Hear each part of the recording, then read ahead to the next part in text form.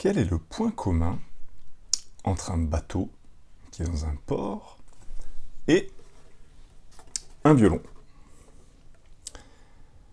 Alors, non, c'est pas une blague pourrie du type quel est le point commun entre une pompe et un prof de physique. C'est un vrai point commun. Le point commun, c'est que vous avez dans les deux cas une force très importante qui va être appliquée à une corde et qu'on va vouloir contrebalancer à l'aide d'une force beaucoup plus faible à l'autre bout de la corde. Et ce, grâce à un cylindre autour duquel on va enrouler, soit en partie, soit complètement avec plusieurs tours, la corde. Donc dans le cas du bateau, comme vous le voyez sur l'image, c'est une grosse corde qu'on appelle une amarre, qu'on va enrouler autour d'une bite d'amarrage, et du coup, un homme va être capable comme ça de retenir un bateau qui peut être très lourd et qui peut donc exercer une force extrêmement importante sur l'autre bout de la corde. Dans un violon, on a un petit peu la même chose, mais avec quand même une différence dont on va reparler à la fin de l'exercice.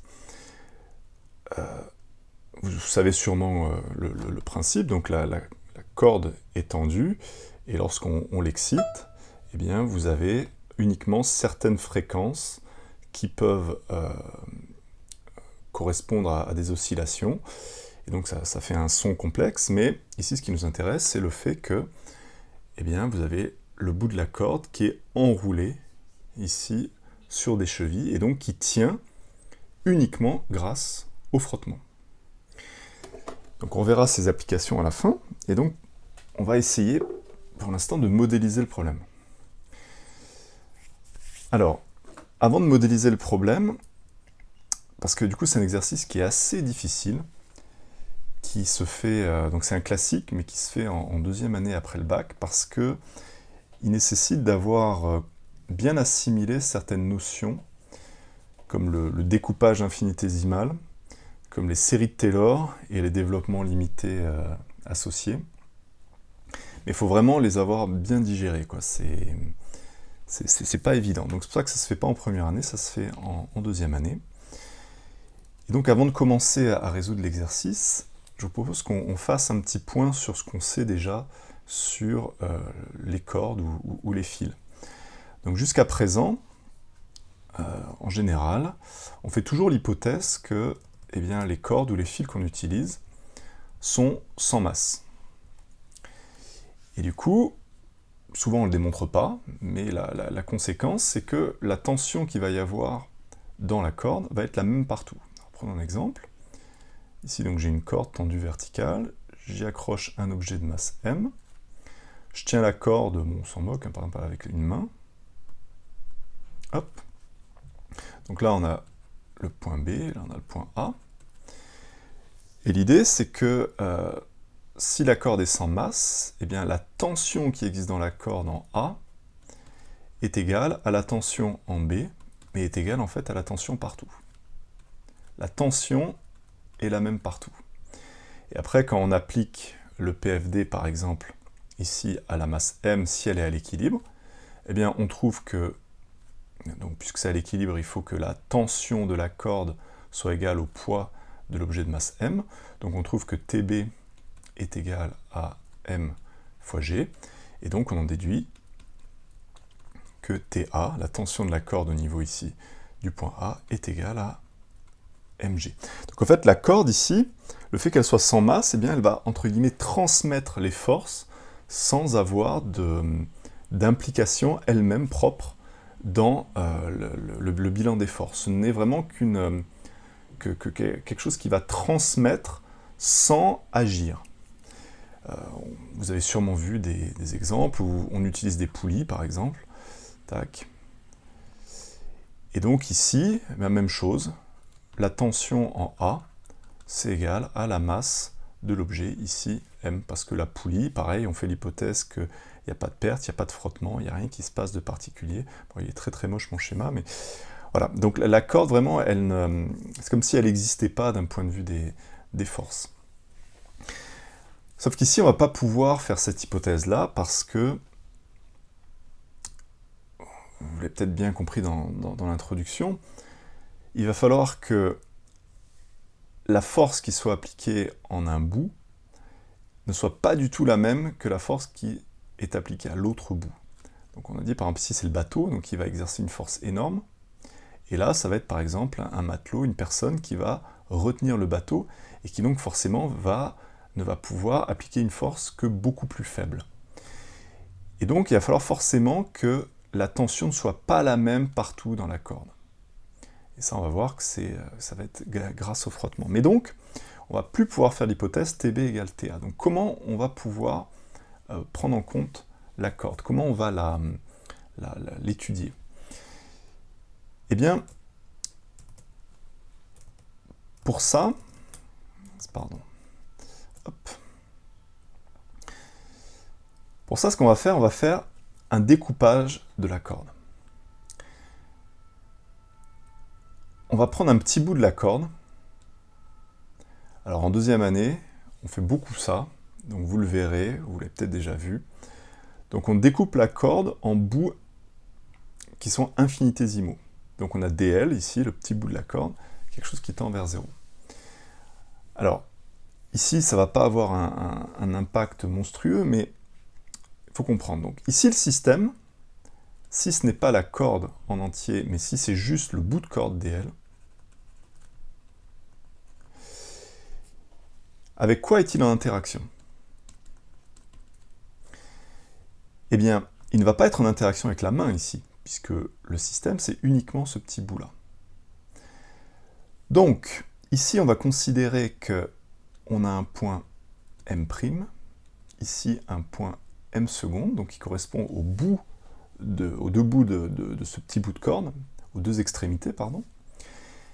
Et donc, le point M' appartient et au système, et également au reste de la corde en dessous, et idem le point M' au reste au-dessus. Et donc c'est comme si ce point M seconde était en contact et avec le système et avec le dessous de la corde.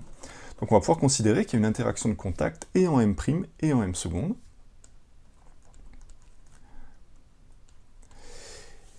Et donc en M', eh bien, il va y avoir une force qui va tirer le bout de corde vers le haut. Donc il va y avoir une tension comme ceci. Mais je rajoute que c'est en M'.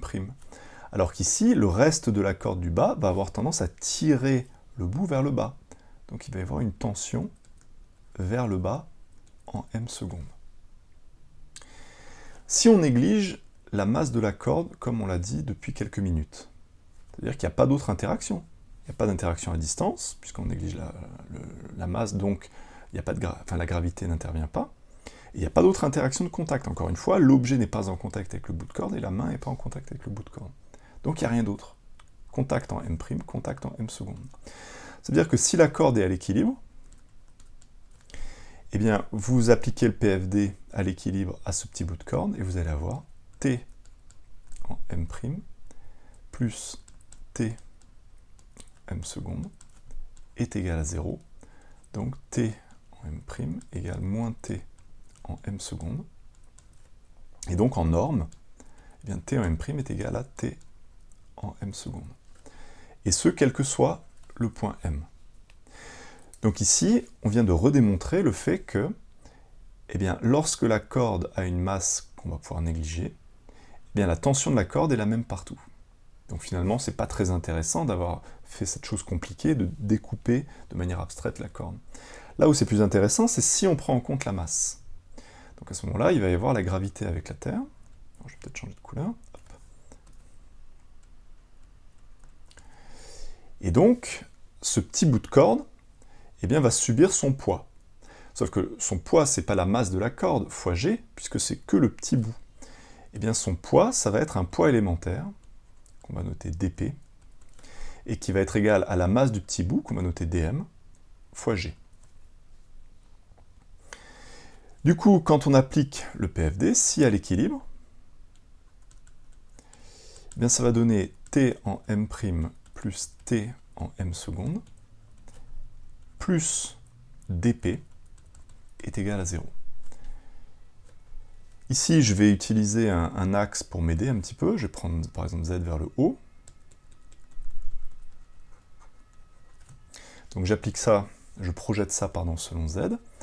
Ça va donner plus la tension en m', moins la tension en m secondes, moins dp, c'est-à-dire dm fois g.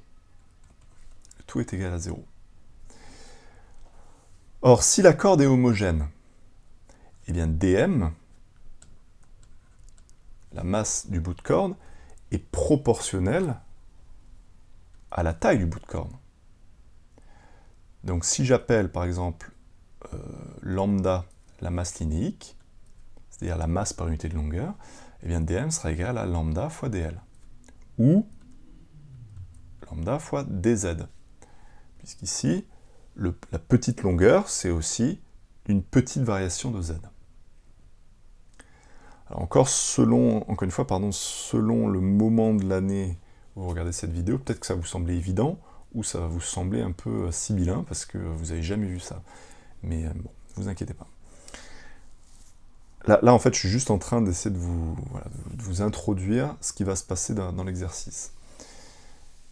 Donc si vous remplacez, ça fait t en m' est égal à t en m secondes plus lambda g dz. Et donc on voit que la tension en m' au-dessus du point M est un petit peu plus grande que la tension juste en dessous. Donc ça veut dire que en fait, dans la corde, vous allez avoir une tension qui va être minimale en bas, là où l'objet est accroché, et puis qui va croître jusqu'à obtenir sa valeur maximale tout en haut. Et ça, on aurait pu le deviner même sans faire le découpage, puisque au point A, en fait, la tension doit équilibrer non seulement la masse, mais aussi le poids total de la corde. Donc, en fait, la tension en A, ça va être égal à mg plus la masse de la corde fois g. Mais ici, ce qui est intéressant avec ce découpage, c'est que ça nous permet même de voir comment évolue la tension en chaque point de la corde. Alors, pour ça, donc c'est là où on va utiliser les développements limités. En M', eh bien, vous avez la coordonnée z plus dz. Alors qu'en m secondes, vous avez encore que la coordonnée z. C'est ça le principe du découpage. Vous avez z, crac, une petite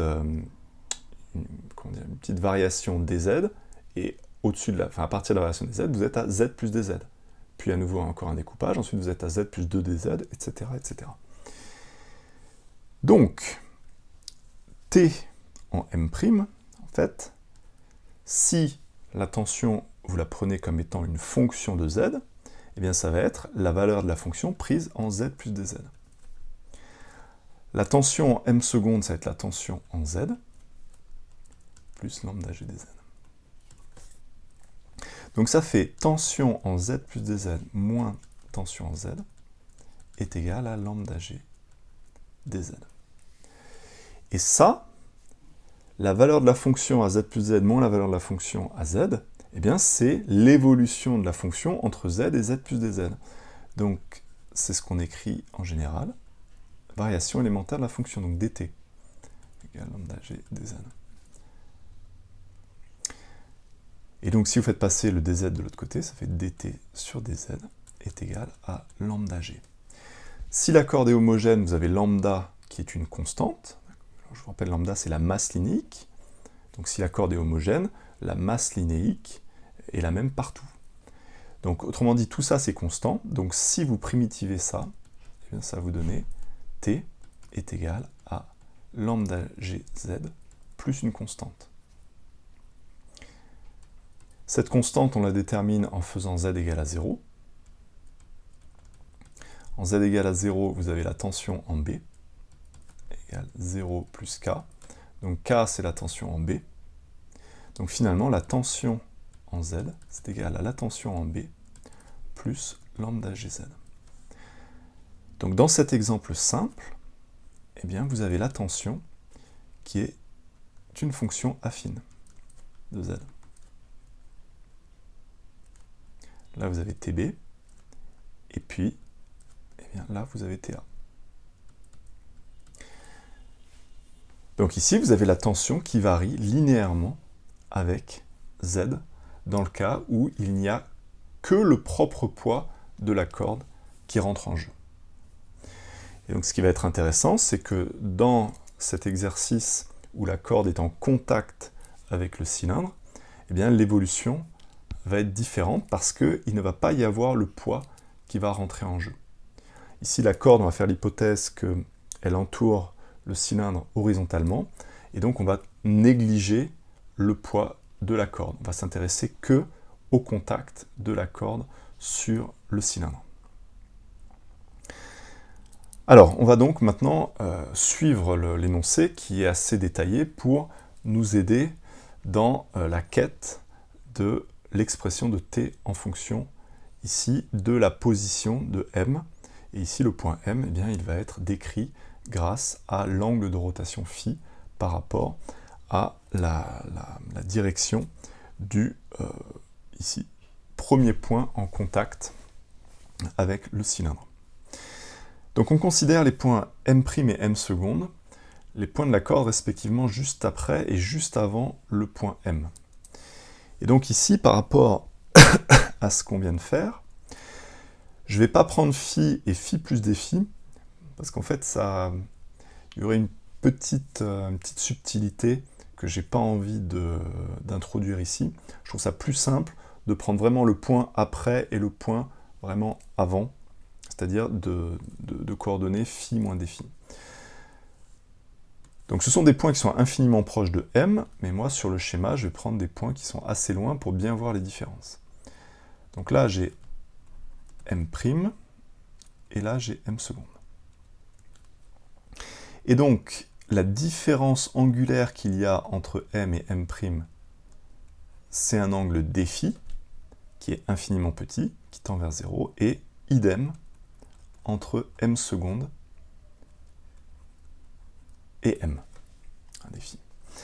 Ensuite, en chaque point m' et m secondes, eh bien, on peut associer le repère polaire, donc euro phi, et ce n'est pas le même qu'au point m, puisque eh bien, les points m' et m secondes ne sont pas dans la même direction. Donc les vecteurs, ils sont toujours unitaires, mais ils ne sont pas dans la même direction eux aussi. Donc là, je vais avoir euro' ici, phi' ici, alors que là, je vais avoir euro seconde ici, et phi seconde ici. Alors, après les avoir tracés sur un schéma, exprimer les vecteurs unitaires phi en m' et phi en m secondes en fonction des phi et des vecteurs euro et phi. Donc, ça c'est du classique, c'est vous avez un vecteur et vous allez l'exprimer dans une base. Donc c'est ce que vous faisiez déjà au lycée et en première année, quand vous aviez par exemple des vecteurs force que vous projetiez sur EX, EY, sur euro, phi, etc. Donc ici, c'est phi', je vais commencer par lui, et pour aider à la projection, je vais le déplacer ici. Je remarque que ici j'ai un angle droit, et ici j'ai un angle droit. Ce qui fait que l'angle qu'on retrouve ici, eh bien c'est dφ. On ne voit plus rien, mais puisque m' a tourné de dφ, eh bien du coup, phi' a tourné également de dφ par rapport à phi. Ce qui fait que phi' qui est ici, quand je le projette sur phi, eh bien ici, la projection, ça va être le côté adjacent ici de dφ avec l'hypoténuse qui est la norme de phi', c'est-à-dire 1. Donc la projection de phi' sur phi, eh bien ça va être cosinus de l'angle, c'est-à-dire cosinus dφ.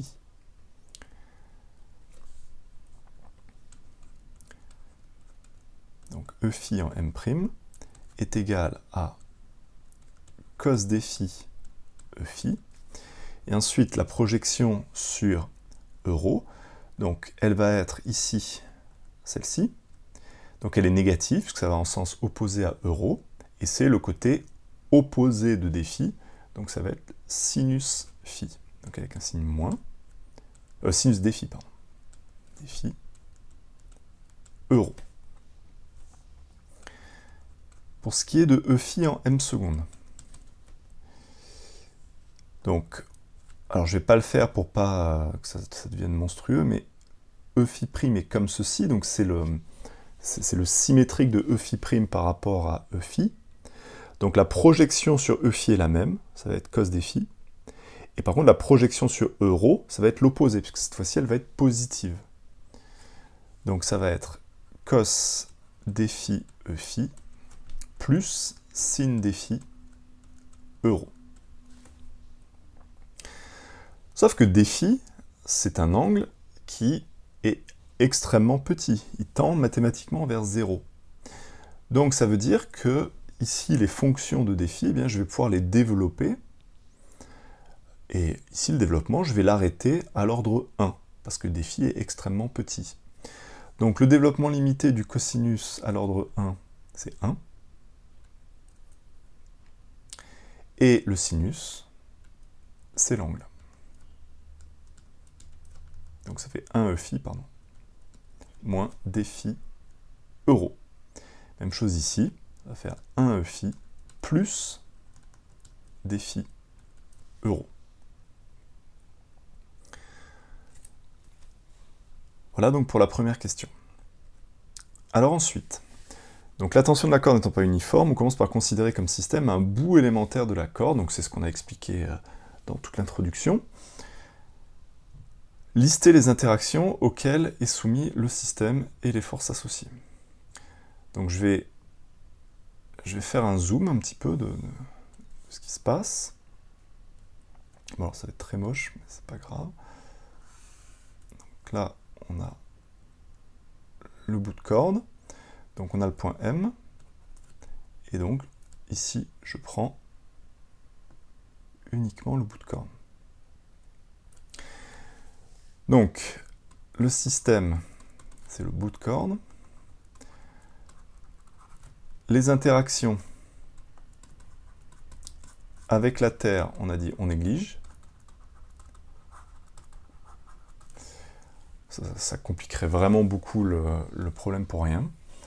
Ensuite, du coup, il ne reste plus que des interactions de contact. Donc, je vais un peu vite parce qu'on l'a expliqué tout à l'heure dans l'exemple de la corde verticale. Donc, il va y avoir uniquement interaction de contact en M' et M secondes.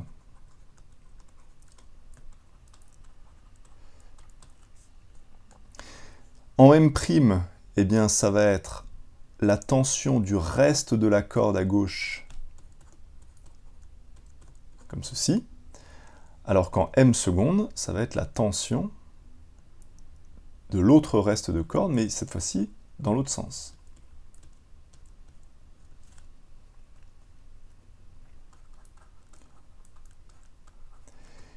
Mais ce n'est pas tout. Il y a aussi le fait que eh bien, la corde est en contact avec la bite d'amarrage. Donc ici, vous avez contact avec le cylindre. Et donc ce contact, eh bien, il va être caractérisé par une réaction normale et une réaction tangentielle. La réaction normale, elle va donc être selon le rayon, donc elle va être, je vais faire en rouge, comme ceci. Donc vu que ce n'est qu'un bout de la corde, je vais l'appeler DRN, mais c'est pas grave si vous l'avez appelé RN.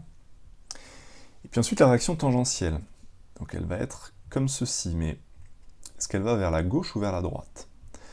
Donc dans l'exercice, moi j'ai fait l'hypothèse que le bateau était à gauche, donc la force était plus importante à gauche. Donc c'est-à-dire que globalement, la corde, elle aurait tendance à glisser vers la gauche.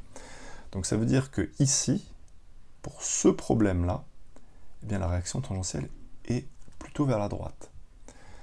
Attention, si vous êtes dans une autre classe et que vous avez un autre énoncé, eh bien, il se pourrait que DRT soit vers la gauche. Et donc, à la fin, vous aurez un signe qui sera différent du nôtre. Mais le raisonnement est exactement le même. Donc pour ça, il faut vraiment savoir si, a priori, la force est plus importante à gauche ou à droite. Voilà, donc on a fait le tour de tout ce qui était interaction de contact. Donc le bout de corde est en contact avec le reste de la corde à gauche, le reste de la corde à droite et avec le cylindre. Bon, ensuite, comme tout exercice dans lequel on cherche la limite pour laquelle il y aura glissement, eh bien on commence par faire l'hypothèse qu'il n'y a pas de glissement. Donc équilibre.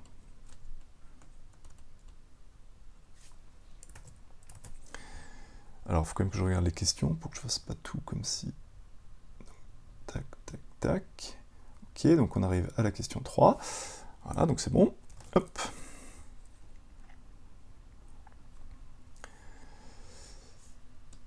Donc, s'il n'y a pas de glissement, eh bien, j'ai la somme des forces qui est égale à 0.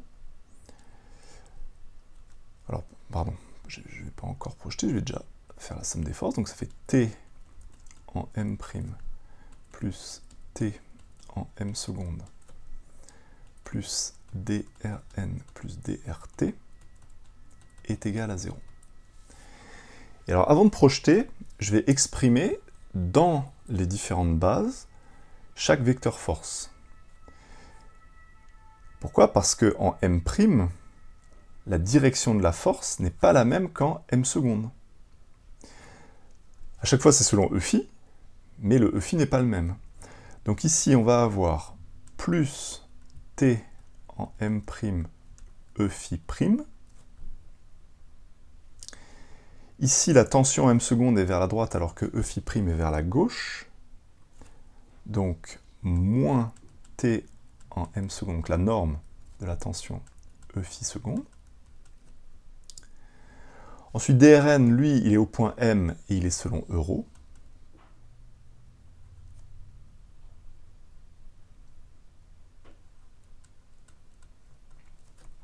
Et drt, il est au point M aussi, donc lui, il est selon moins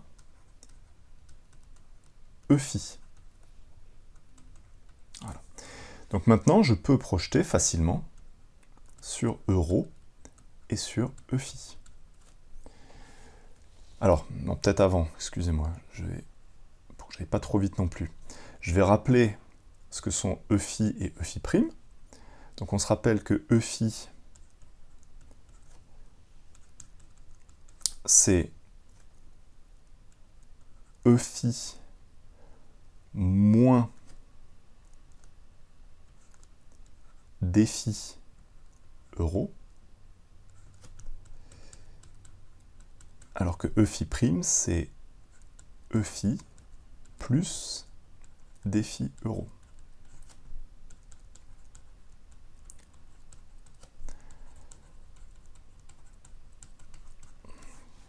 Voilà, et donc maintenant je vais pouvoir projeter sur euro sur e-phi. Donc sur euro, j'ai trois termes. J'ai lui, lui et lui.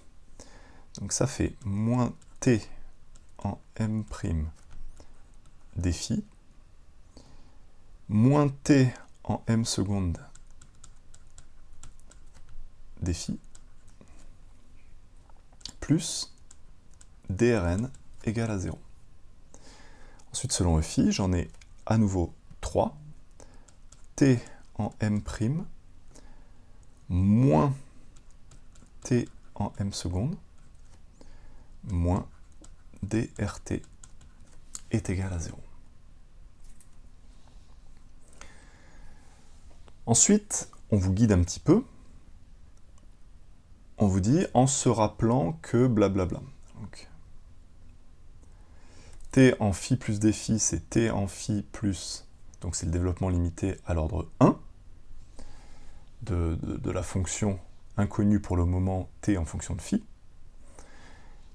Et donc, à nouveau, je fais le développement limité à l'ordre 1 parce que d-phi est extrêmement petit. Donc ça, t en phi plus d-phi, c'est en fait la tension en m', alors que ça, en phi moins dφ, c'est la tension en m secondes. Donc je remplace.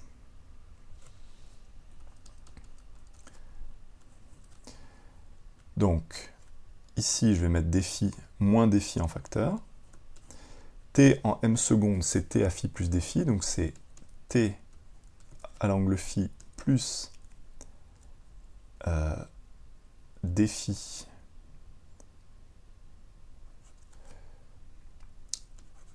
dt sur dφ, alors que l'autre, donc c'est t en m secondes, donc ça fait t en phi moins dφ dt sur dφ, plus drn est égal à 0. Et le second, donc même chose.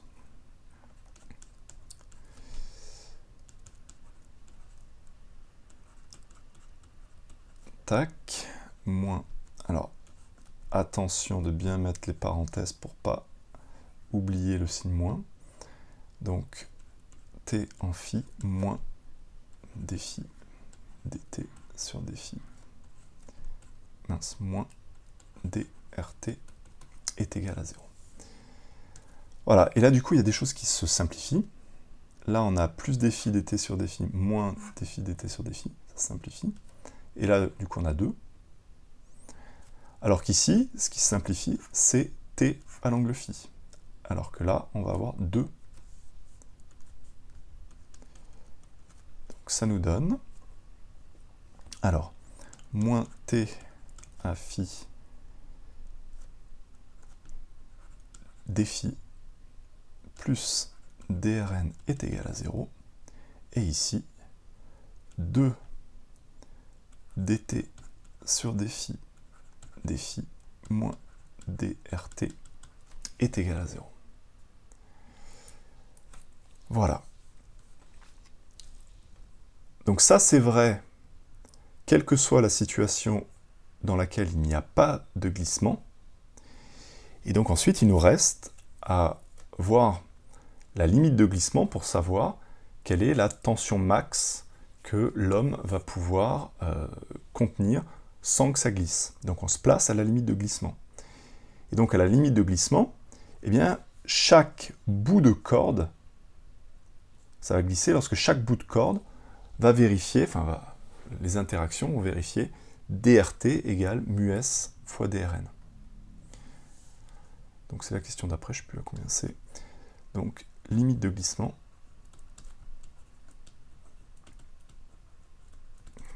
Donc on va avoir drt est égal à μs drn partout, c'est-à-dire quel que soit m, ou, ce qui est identique, quel que soit phi, pardon.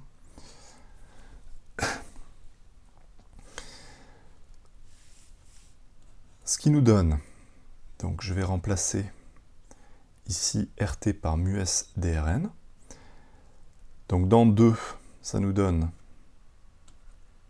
2 dt sur dφ est égal à μs drn. Ici, ça nous donne... pardon, si ouais, c'est ça.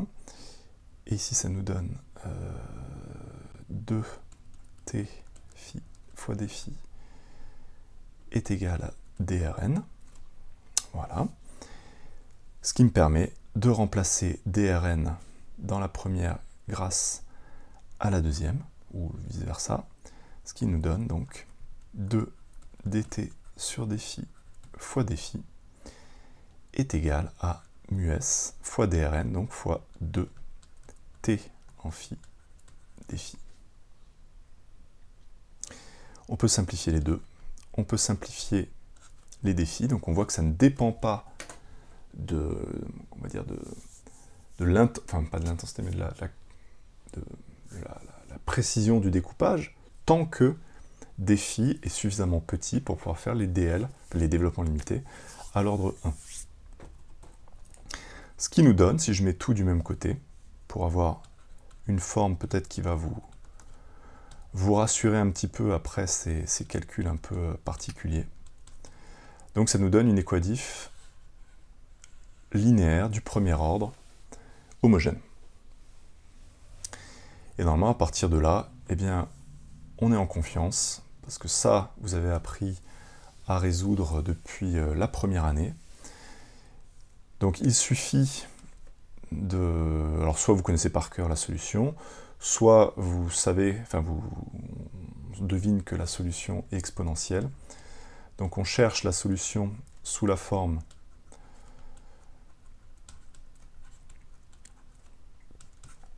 t de phi est égal à a exponentielle r phi. On injecte dans les quadifs. Ça nous fait r a exponentielle r phi moins mu s a exponentielle r phi est égal à 0. Donc on en déduit que r est égal à mu s, et donc t de phi est égal à a exponentielle mu s fois phi. Pour déterminer a, on peut prendre une condition limite.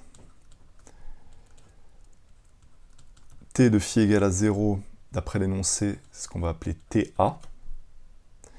Et donc, A est égal à TA.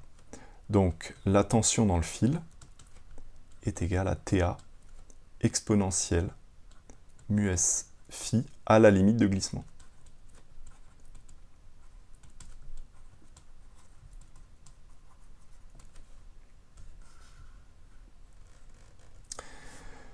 Donc, ça nous permet d'en déduire le TB qui va mettre en glissement l'amas autour du cylindre. Ça va être TA exponentielle mu s fois phi b.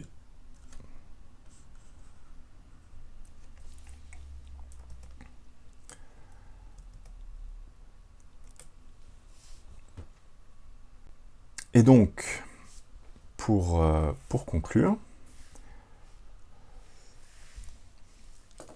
on peut regarder numériquement ce que donne comme avantage le fait d'entourer le fil autour d'un cylindre. Donc on suppose que le marin est capable d'exercer confortablement une force de 100 newtons. 100 newtons, c'est comme si vous portiez une valise de 10 kg. Donc les marins sont costauds, ils sont entraînés, donc 10 kg pendant quelques minutes, il n'y a aucun problème. Donc si on prend mu égale 0,6 et alpha égale pi, c'est-à-dire que A et B sont on va dire face à face, on a fait un demi-tour à la corde. Et donc en prenant les valeurs numériques, ça nous donne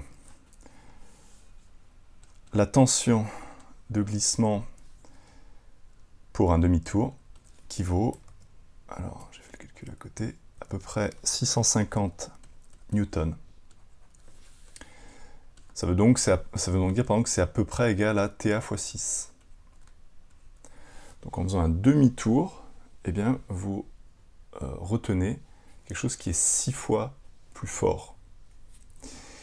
Et ce qui est intéressant, c'est si vous faites un tour en plus, donc vous faites un tour plus un demi-tour,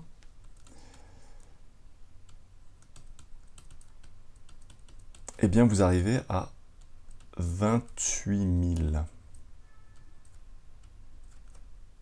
C'est-à-dire TA fois 28.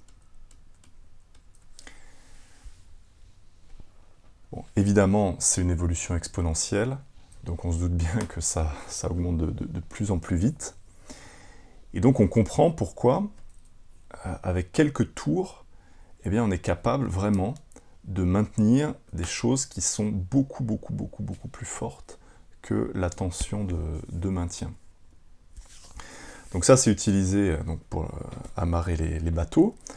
C'est évidemment utilisé, pour ceux qui font de l'escalade, pour retenir quelqu'un qui pourrait tomber. Quand vous assurez quelqu'un, finalement, c'est ça. Vous avez, vous avez la corde qui passe dans un mousqueton, et donc vous utilisez les frottements pour le retenir.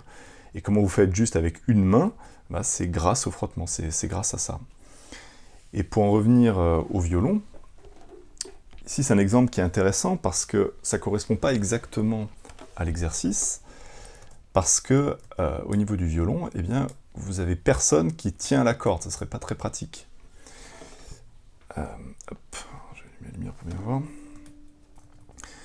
Donc en fait, les cordes, quand vous les rentrez, donc il y a des petits trous dans les chevilles, donc vous rentrez la corde dans le trou, donc c'est-à-dire que la corde passe à travers le trou, et puis ensuite vous tournez la cheville, donc la corde elle va être prise comme ça, et puis ensuite elle va tourner en même temps que vous tournez la cheville. Et donc quand vous le faites, ça, quand vous changez vos cordes, bien vous sentez bien qu'au début, eh bien, si vous n'aidez pas la corde à s'enrouler autour de la cheville, eh bien, ça va sortir du trou, parce qu'il n'y a pas encore assez de frottement. Mais au bout d'un ou deux demi-tours, eh bien, vous sentez que, eh bien, il y a suffisamment de frottement, et donc à ce moment-là, vous allez pouvoir commencer à tourner sans faire attention, parce que c'est bon, entre guillemets, ça a pris, et donc, quelle que soit la tension que vous mettez, de toute façon, ça va tenir. Et ce qui est intéressant, c'est qu'on voit que le bout des cordes, donc les cordes elles sont en acier, ou en tout cas l'extérieur en acier, et par contre le bout des cordes, vous voyez que c'est avec une matière qui est un petit peu, on va dire un petit peu rugueuse. Et donc ça en fait, ça permet de maintenir un tout petit peu mieux la corde au début. Et donc ce qui maintient au début la corde, en fait, c'est simplement le fait que quand vous faites votre premier demi-tour, eh bien, ça fait faire un angle à la corde, et du coup, cet angle, ça fait une petite résistance. Donc, c'est cette toute petite résistance qui, au bout de quelques tours, va être suffisante grâce à l'évolution exponentielle. Donc, ça va être suffisant pour ensuite maintenir les plusieurs dizaines de newtons de la corde. Voilà, si vous êtes arrivé au bout de la vidéo, bravo. Je me permets du coup de montrer un autre instrument de musique. J'aurais pu le prendre comme exemple dès le début. Donc la guitare fonctionne sur le même principe. Donc c'est pareil, c'est des chevilles, un trou, et puis vous tournez. Mais il y a une petite différence entre guitare et violon. Et c'est pour ça que j'ai choisi le violon au début. C'est que le violon, du coup, c'est un instrument qui utilise à plusieurs endroits les frottements. Parce que ici, ce qui maintient, parce que du coup, à cause de la tension, les chevilles, elles auraient envie de retourner dans l'autre sens. Un peu comme quand vous tordez une serviette, ça a tendance à se détordre dans l'autre sens. Et bien ici, donc, ce qui maintient la cheville, c'est uniquement les frottements entre la cheville et le trou. Donc en fait, vous avez les frottements qui maintiennent la corde autour de la cheville, et la cheville elle-même qui tient grâce au frottement. Et pour la guitare, c'est un petit peu différent. Ce qui va maintenir la cheville, eh bien, ça va être plutôt un système de vis. Donc vous avez la cheville qui est ici reliée à cette partie-là, et puis là vous avez un mécanisme avec donc ici un filetage, et donc c'est le principe de la vis qui tient grâce au frottement aussi, mais ici on est sûr que ça va tenir. Donc ça permet en fait d'avoir beaucoup moins de problèmes qu'avec le violon, de chevilles qui pourraient se défaire d'elles-mêmes. Mais mis à part ça, c'est à nouveau les frottements qui permettent de maintenir les chevilles. Voilà, je m'arrête là pour cette très très longue vidéo. J'espère que ça vous aura apporté quelque chose, même si c'était encore une fois vraiment pas simple.